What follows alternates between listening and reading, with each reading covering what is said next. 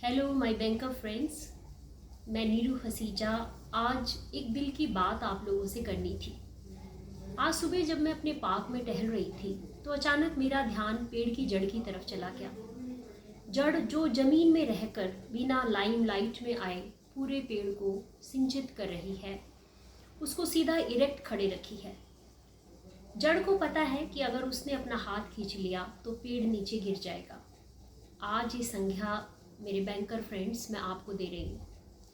जैसे देश के हालात हैं, हमारे हेल्थ वर्कर्स, डॉक्टर्स, मीडिया वाले या पुलिस वाले अथक प्रयासों से अलग अलग एरियाज़ में अपनी फुल पोटेंशियल से काम कर रहे हैं, लेकिन मैं आप लोगों को कहती हूँ अननोन वॉरियर्स जो बिना आवाज़ किए, बिना मीडिया में आए हुए, बिना लाइमलाइट में आए हुए भी देश सेवा का काम निरंतर कर रहे हैं।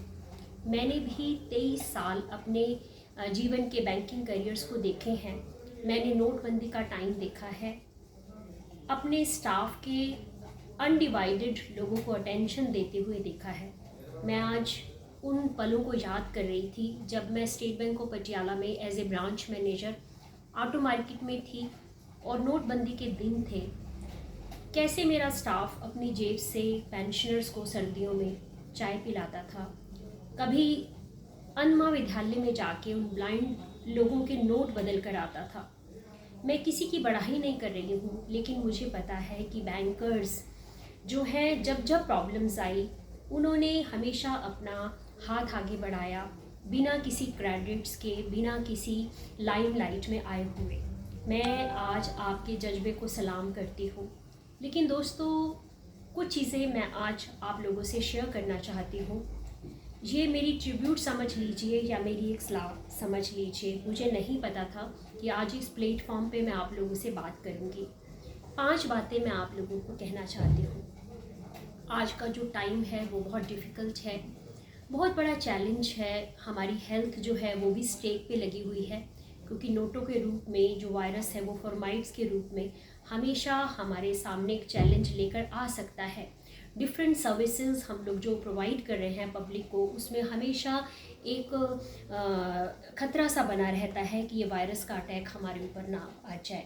लेकिन इस चैलेंजिंग टाइम में भी जो बातें मैं आपको करना चाहती हूँ, प्लीज़ आप उसको ध्यान से सुनिएगा। नंबर 1, इस चैलेंज में आप हमेशा अपने आप को ऊपर रखिए, यानी I am bigger than my problems. इस मनोबल के साथ जब आप काम करेंगे तो इस डिफ़िकल्ट टाइम को भी पास करना आप लोगों के लिए बहुत आसान हो जाएगा। दूसरी बात यह है कि अपनी हेल्थ का ध्यान रखना, अपने रिश्तेदारों का ध्यान रखना, अपनी स्टेट ऑफ माइंड को काम रखना, ये सब जिम्मेवारी आप अपने ऊपर लेने वाले हैं।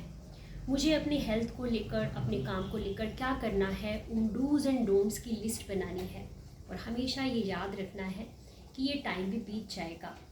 आज देश का बहुत डिफ़िकल्ट टाइम है और एक चीज़ हमेशा याद रखनी है कि this time will pass and we have to pass through this process. हमें अपने आप को इस मुश्किल वक्त से गुजारना ही है। जैसे कि एक कैटरपिलर होता है, उसकी बटरफ्लाई बनने तक की जर्नी जो होती है वो बहुत पेनफुल होती है, लेकिन उस कैटरपिलर को पता होता है कि जब वो इस दर्द से गुजरेगा तभी वो बटरफ्लाई बन पाएगा। आज आप सब लोग जो काम कर रहे हैं उसमें पेन्स भी होंगी, उसमें कुछ फैमिली टाइम भी आपका दिया जा रहा होगा, कुछ हेल्थ इश्यूज़ भी होंगे, उनको साइड बाय रख के आप काम कर रहे हैं। लेकिन ये टाइम भी आएगा, हम ऐसे ही ग्रो करेंगे, देश को वापस अपने उसी फॉर्म के अंदर हम देख पाएंगे।